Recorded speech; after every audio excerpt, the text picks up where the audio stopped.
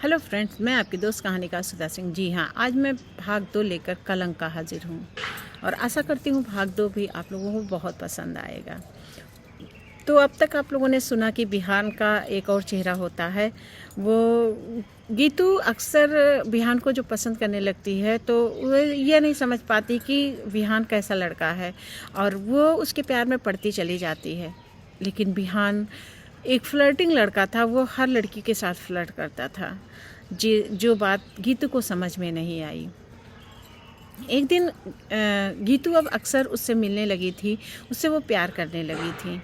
वो लड़का बिहान भी गीतू का फ़ायदा उठाने लगा था। वो उससे बोलता कि वो उससे ज़्यादा प्यार किसी से नहीं करता।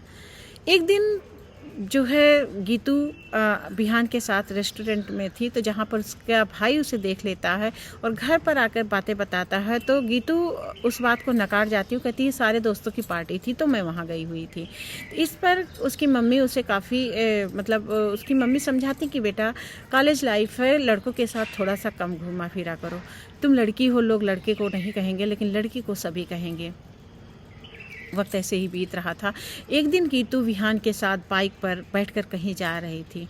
उधर से रितिका भी अपने कॉलेज से अपने कोचिंग से आ रही थी। उसने देखा कि उसकी बहन किसी लड़के के साथ चिपक कर बैठ के जा रही है। उसे बड़ा अजीब सा लगा, तो उसने वो घर आई, उसने मम्मी से पूछा कि मम्मी गीतू कहाँ है। तो इस पर उसकी मम्मी कहती हैं कि बेटा वो कॉलेज गई है। वो कुछ नहीं बोलती है और चुपचाप अपने रूम में चली जाती है। बाहर आ जब गीतू आती तो गीतू से पूछती है, गीतू तू आज कहाँ पे थी? तो कहती है दीदी मैं कॉलेज गई थी। तो इस पर रितिका कहती है कि सच सच बता वरना मैं सारी बात मम्मी और पापा से बता दूंगी। इस पर गीतू समझ जाती है कि उसकी दीदी ने शायद उसे देख लिया है। तो कहती दीदी पहले तुम मेरी कसम खाओ, तुम किसी से कहोगी नहीं, तुम ये बात किसी को नहीं बताओगी तो मैं आपको सारी बात बताऊँगी। तो रितु कहती है कि देखो गीतू, अगर बताने वाली बात होगी तो मैं मम्मी पापा से ज़रूर बताऊंगी, लेकिन अगर ऐसे ही नॉर्मल कोई बात होगी तो मैं नहीं बताऊंगी, तुम लेकिन मुझे सारी बात बताओगी।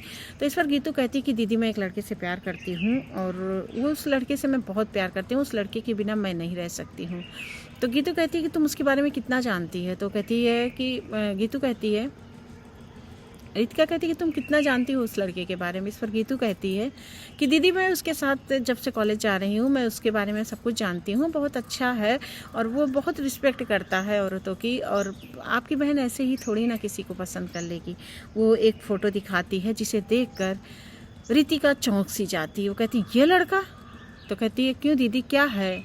तो इस पर कहती गीतू तू जानती है इसकी एक गर्लफ्रेंड है। अभी कुछ दिन पहले जब मैं बस स्टॉप पर थी तो वहाँ पर इस लड़के ने आकर इस लड़की को ड्रॉप किया था। मैंने उससे बात किया, ऐसे ही हम लोगों की बात होने लगी तो उस लड़की ने बताया कि ये उसका बॉयफ्रेंड है, ये दोनों शादी करने वाले हैं। तो इस पर गीतू झंझा जाती है कि क्या है दीदी, आपको तो आपको तो कुछ ना कुछ कमी ही निकालनी थी, आपको तो वैसे भी ये लड़का पसंद नहीं है और आपको कोई पसंद नहीं करता, इस वजह से आपको जेलसी हो रही है। तो इस पर रितिका कहती है ऐसा कुछ नहीं है और तुम अगर खुश रहोगी तो मेरे लिए भी एक खुशी की बात ही होगी। दोनों की ये बातें जो है होती हैं और वो अब रितिका की कोई बात नहीं मानती, गुस्से में अक्सर रहती है और गीतिका से बात ही नहीं करती है। गीतिका उसे काफ़ी समझाने की कोशिश करती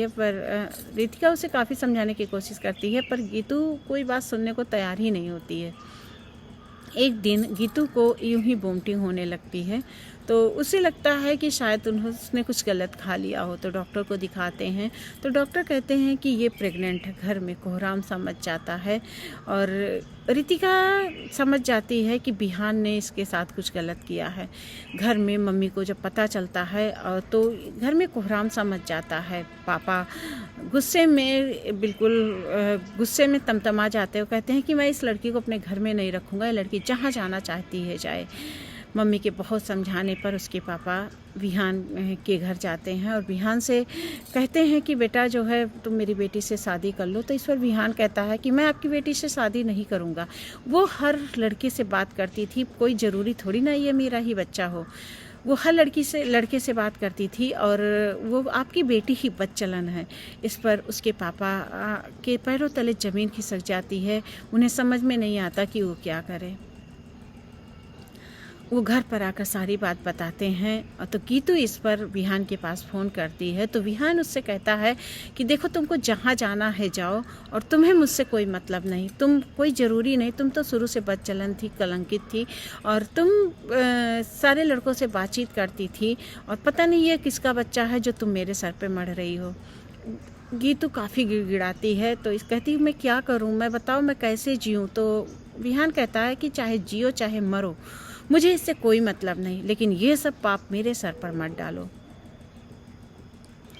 गीतू परेशान हो जाती है और वो जो है घर से बाहर निकल आती है। घर से बाहर निकलने पर वो अपने धुन में चली जा रही थी, तभी एक गाड़ी से उसका एक्सीडेंट हो जाता है, उसके पैर में चोट लग जाती है, वो गिर पड़ती है।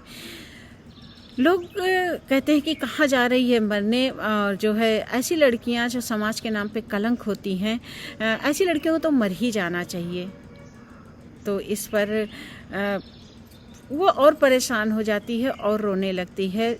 भीड़ देखकर उसकी बहन जब घर में नहीं मिलती है गीतू, तो उसकी बहन उसे ढूंढते हुए सड़क पे आती है। वो देखती है जगह भीड़ है, तो वो उस भीड़ के पास जाती है, तो देखती है वहाँ पर उसकी छोटी बहन रोए जा रही थी और लोग उसके ऊपर ताने कस रहे थे। उसने उसे उठाया और गले लगा लिया। उसने उस सब भीड़ को दूर किया कि आप लोग मेरी बहन को ऐसे मत बोलिए। तो इस पर वहाँ पर खड़े लोग कहते हैं ऐसी लड़कियां ही समाज के लिए कलंक साबित होती, इन्हीं लड़कियों की वजह से और लड़कियां बिगड़ जाती हैं। इस पर ये सारी बातें रितिका को बर्दाश्त नहीं होती। वो कहती है कि आप लोग सिर्फ लड़की को दोष दे रहे हो, इसमें लड़के का भी तो बराबर का हाथ है, आप लोग लड़के को क्यों नहीं कह रहे हो। वो काफ़ी गुस्सा करती है और अपनी बहन को उठाकर घर ले आती है। यहाँ पर उसके मम्मी पापा डिसीजन लेते हैं कि इसको जो है इसका अबॉर्ट करा दिया जाए। उसे हॉस्पिटल लेकर जाया जाता है और वहाँ पर डॉक्टर उसे अबॉर्शन करने के लिए मना कर देते हैं और बोलते हैं अगर आपने इनका अबॉर्शन कराया तो आगे चलकर इनके लिए काफ़ी दिक्कतें हो जाएंगी। जहाँ पर अब उनके घर वालों के सामने कोई रास्ता नहीं बचता। सोसाइटी में लोगों को जब पता चलता है कि गीतू बिन ब्याही माँ बनने वाली है, तो लोग उनके घर से बातचीत करना बंद कर देते हैं और कहते हैं कि आपकी बेटी तो कलंकित है। धीरे धीरे इन सारी बातों का असर गीतू के दिमाग पर होता चला जा रहा था। वो काफ़ी टेंशन में रहती थी, मानसिक पीड़ा में रहती थी। धीरे धीरे उसका दिमागी संतुलन खोता भी जा रहा था। ऐसे में सब इधर रितिका की जॉब लग जाती है रेलवे में और उसका ट्रांसफ़र दूसरे शहर हो जाता है। उसके लिए प्रॉब्लम ये थी कि अगर वो अपनी बहन को छोड़ देती है तो कल उसकी बहन की ज़िंदगी बर्बाद हो जाएगी। उसने डिसाइड किया कि वो अपनी बहन को अपने साथ लेकर जाएगी और उसकी डिलीवरी वो अपने पास ही कराएगी। वो गीतू को साथ में लेती है और वहाँ पर एक दो नौकर रखती है और गीतू का वो काफ़ी ख्याल रखती है। गीतू के 9वें मंथ के टाइम गीतू अपना दिमागी संतुलन पूरी तरह से खो चुकी होती है। मम्मी पापा भी कहते हैं कि बेटा तुम इसको लेकर तो जा रही हो, लेकिन कभी इसको मेरे घर लेके मत आना, इसके बच्चे को कभी हम लोगों को मत दिखाना। रितिका डिसीजन ले लेती है। आज उसे अपने माँ बाप को भी अपनी बहन के लिए छोड़ना पड़ रहा था। वो रो रही थी और अपनी बहन को लेकर वो दूसरे शहर चली गई। यहाँ पर गीतू का पूरी तरह से मानसिक संतुलन खराब हो चुका था। 9वां महीना था, उसे लेबर पेन हो रहा था। वो उसे हॉस्पिटल लेकर जाती है और वहाँ पर वो एक प्यारी सी बच्ची को जन्म देती है, जिसे देखकर गीतिका जैसे ही उस बच्ची को अपने बाहों में लेती है रितिका, उसके अंदर ममत्व जाग उठता है। वो उस बच्ची को देखती है। पहले उसने सोचा था कि इस बच्ची को शायद किसी अनाथ आश्रम में डाल देगी, लेकिन जब उसने उस बच्ची को देखा तो उसके अंदर ममता जाग पड़ी और उसने उस बेटी को अपने पास रख लिया।